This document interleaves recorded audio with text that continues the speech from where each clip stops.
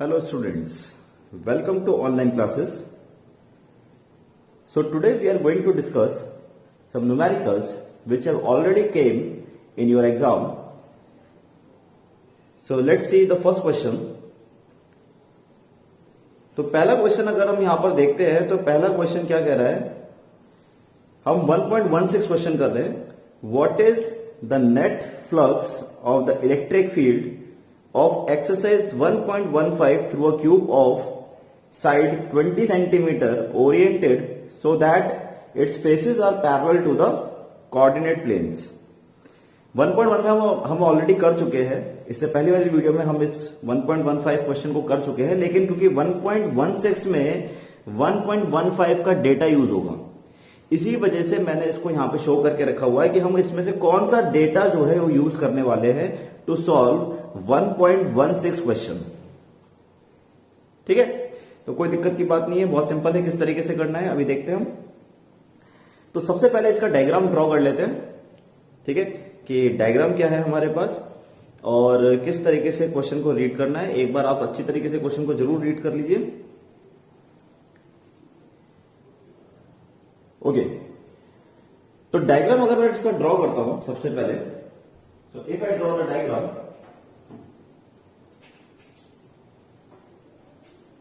तो diagram draw करने के लिए मुझे एक पहले क्यूब बनाना है. so let's say this is a cube. ठीक है,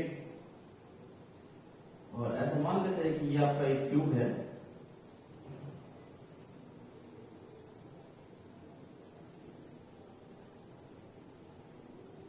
Let's say this is your cube. और अगर मैं बात करता हूं, क्योंकि आपसे कह रहा है कि इस तरीके से क्यूब रखा हुआ है, that its faces are parallel to the coordinate planes. So this is x, this is y and this is z. Parallel to the coordinate planes का मतलब क्या है कि इसका ये वाला जो बेस जो है वो पैरेलल होगा एक्स एक्सिस के, यानी कि एक्स जेड प्लेन के. अगर मैं बात करता हूं कि जो इसका फ्रंट है, फ्रंट की अगर मैं बात करता हूं क्यूब का, तो जो क्यूब का फ्रंट होगा वो आप एक्स वाई प्लेन पर लाई करेगा, यानी उसके पैरेलल होगा. और ऐसे अगर मैं ये वाले फेस की बात करता हूं, क्यूब का जो ये फेस होता है साइड फेस, वो side face will be parallel to Y Z plane. और ये ओरिजिन पे रखा हुआ है. तो this is origin and it is given in the question that the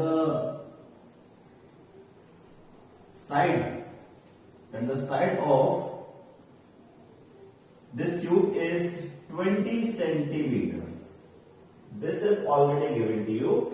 And क्योंकि इस क्वेश्चन में ये भी बोला हुआ है कि 1.15 का डेटा आपको यूज करना है, तो अगर मैं 1.15 का डेटा यूज करूंगा तो what I am going to use your electric field, direction of the electric field.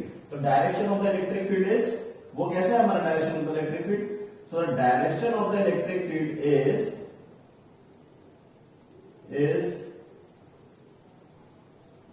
parallel to the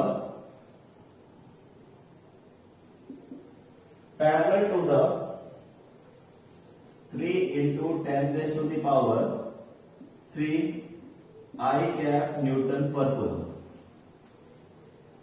ठीक है, तो I cap की वजह से x axis, positive x axis, अगर ये माइनस होता तो ये हम नेगेटिव साइड में चलते, तो अब इस डायरेक्शन में इसको बढ़ाते.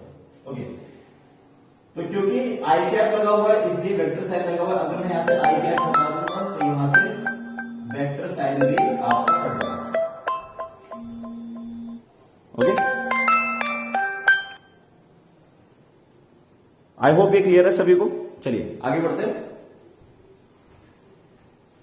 इसके बाद अगर हम आगे बढ़ते हैं तो नेक्स्ट हमारे पास आता है कि हमें निकालना है फ्लक्स, कि what is the total flux coming out.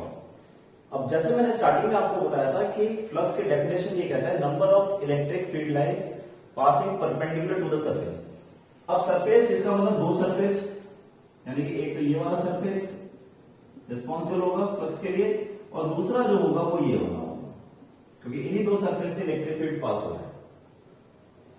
इस वाली सरफेस के लिए लेट्स से इसको मैं वन सरफेस कह देता हूं and let's say this is two surface, तो वन सरफेस से ये अंदर से बाहर की तरफ जा रहा है, जबकि टू सरफेस के लिए ये बाहर से अंदर की तरफ जा रहा है। ये ध्यान में देने वाली बात है, ठीक है। तो अगर मैं यहां पे निकालता हूं लेट्स से वन सरफेस के लिए, फर्स्ट सरफेस के लिए मैं फ्लक्स निकालता हूं विच इज φ1, तो φ1 मेरे पास हो जाएगा φ1 is equals to electric field multiply by ds cos theta. और मैंने आपको पहले बताया that theta is the angle between E and ds, तो मैं ई एंड ds की बात करता हूं तो आप देख सकते हो कि यहां पर एरिया वेक्टर जो एक्ट करेगा, area vector always acts perpendicular to the area, ठीक है। और इसी तरीके से इस वाली सरफेस की भी अगर मैं बात करता हूं तो area vector always acts perpendicular to the area. आप इलेक्ट्रिक फील्ड के ऊपर भी बना सकते हो, आप इलेक्ट्रिक फील्ड से थोड़ा सा हटके भी बना सकते हो, but it should be perpendicular to the area, ठीक है। तो ये ds वेक्टर में सेट करेगा। अब आपका क्वेश्चन ये हो सकता है कि सर आपने इसे आउटवर्ड ही क्यों बनाया है, आपने इसको अंदर क्यों नहीं बनाया है? भाई एरिया वेक्टर है परपेंडिकुलर टू द एरिया, अगर suppose this is your area तो दिस इज परपेंडिकुलर वेक्टर, चाहे आप उसको यहां ड्रॉ करें, यहां ड्रॉ करें, यहां ड्रॉ करें, but it should be perpendicular to the area. हाँ, तो क्वेश्चन इज दैट, आपका क्वेश्चन ये हो सकता है सर आपने इसको ऐसे क्यों ड्रॉ किया, इसको ऐसे क्यों नहीं ड्रॉ किया है, ये भी तो परपेंडिकुलर टू द एरिया है, कर सकते हैं। लेकिन ध्यान में ये रखना है कि अगर आपने वन सरफेस के लिए आउटवर्ड डायरेक्शन में लिया है तो टू के लिए भी आप आउटवर्ड डायरेक्शन में ही लेंगे। अगर आप इसको इनवर्ट मानेंगे तो इसको भी इनवर्ट ही मानेंगे, ये ध्यान रखिए, ठीक है। चलिए आगे बढ़ते हैं। तो हमारे पास यहां पे ds था, तो हम वैल्यू डालना शुरू करते हैं। φ1 is equals to electric field. Now electric field is 3 into 10 raised to the power 3, यह आ जाएगा एरिया। अब इसका एरिया कितना हो जाएगा, क्योंकि क्यूब का एक फेस होता है वो स्क्वायर है, तो स्क्वायर का एरिया साइड का स्क्वायर, और ये 20 सेंटीमीटर है, कन्वर्ट करेंगे इसे मीटर में, तो मीटर में कन्वर्ट करेंगे तो कितना हो जाएगा 0.02 का होल स्क्वायर, ठीक है। और cos theta, theta is theta कितना हो जाएगा भाई, इलेक्ट्रिक फील्ड और ds एक डायरेक्शन में, तो 0 हो जाएगा ये, ठीक है। तो φ1 इज इक्वल्स टू, इसको सॉल्व करेंगे तो 3 into 10 raised to the power 3, okay. और यहां पर मेरे को ओपन करने के बाद हो जाएगा 0.04, ओके। मल्टीप्लाई करते हैं तो मल्टीप्लाई करने के बाद मेरे पास क्या जाता है, φ1 इज इक्वल्स टू, इसको मल्टीप्लाई करेंगे तो ये हो जाएगा मेरे पास 0.12 into 10 raised to the power 3 into 10 raised to the power 3, ठीक है। यू कैन राइट वेबर और न्यूटन मीटर स्क्वायर पर कूलम, ठीक है।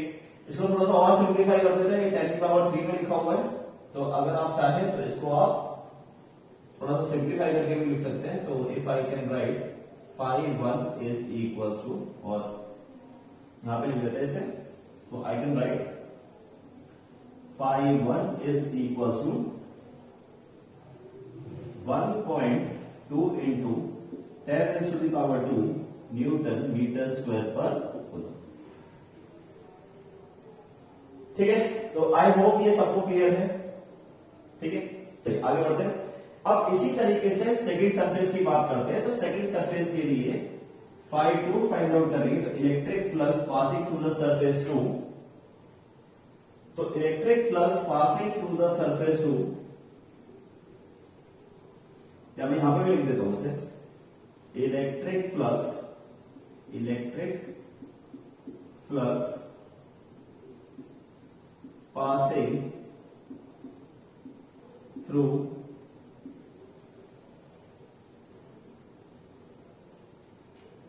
surface 1, ठीक है। इसी तरीके से यहां पे भी लिख देते हैं, electric flux passing through the surface 2, ठीक है। तो 2 सरफेस से कितना पास होगा उसको हम लिख देते हैं, तो इसको हम थोड़ा सा चेंज करके इसके लिए जगह देख लेते हैं कि जगह हम कहां पे लिख सकते हैं, ठीक है। तो नीचे लिख देते हैं इसको, तो 5 को मैं यहां नोट कर देता हूं, थोड़ी जगह बची है हमारे पास। ये हो जाएगा 1.2 इंटू 10 की पावर 2 न्यूटन मीटर स्क्वायर पर कूलम। चलिए आगे बढ़ते हैं। तो आई होप यहां तक सबको क्लियर है। अब आगे अगर हम चलते हैं तो दिस इज योर φ2, तो φ2 हो जाएगा मेरे पास E D S cos theta, ठीक है। तो एरिया वेक्टर 2 हो चुका है, तो φ2 is equal to electric field same रहेगा 3 into 10 raise to the power 3। Area हमारे पास वही सेम रहेगा विच इज 0.2 का होल स्क्वायर, लेकिन cos theta, theta is the angle between E and DS, तो डीएस इधर जा रहा है, इलेक्ट्रिक फील्ड इधर जा रहा है सरफेस 2 के लिए, तो दोनों के बीच में एंगल कितना बन रहा है 180 degree, so this will become cos 180 degree, then φ2 is equals to, अगर मैं बात करता हूं φ2, तो φ2 will become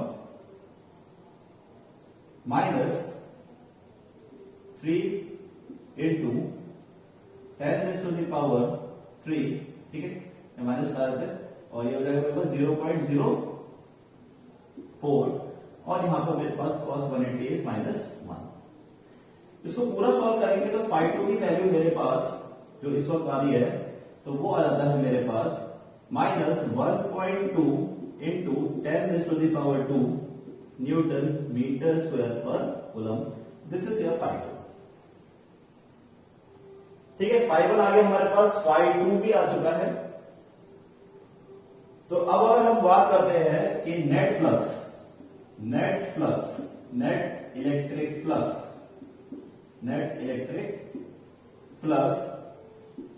passing through the surface,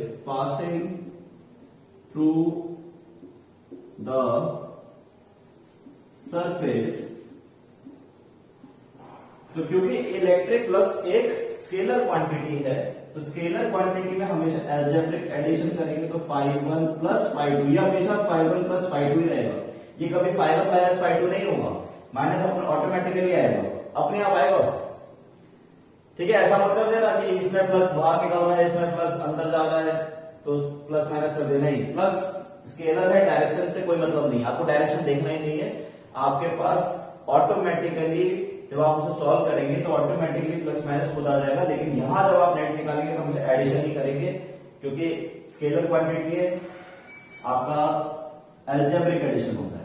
तो φ इज इक्वल टू φ1 कितना था हमारे पास 1.2 इंटू 10 की पावर 3 माइनस 10 की पावर 2 और ये रहेगा 1.2 इंटू 10 की पावर 2, ठीक है, दोनों सेम है तो they will cancel out and if they will cancel out and φ is equal to 0।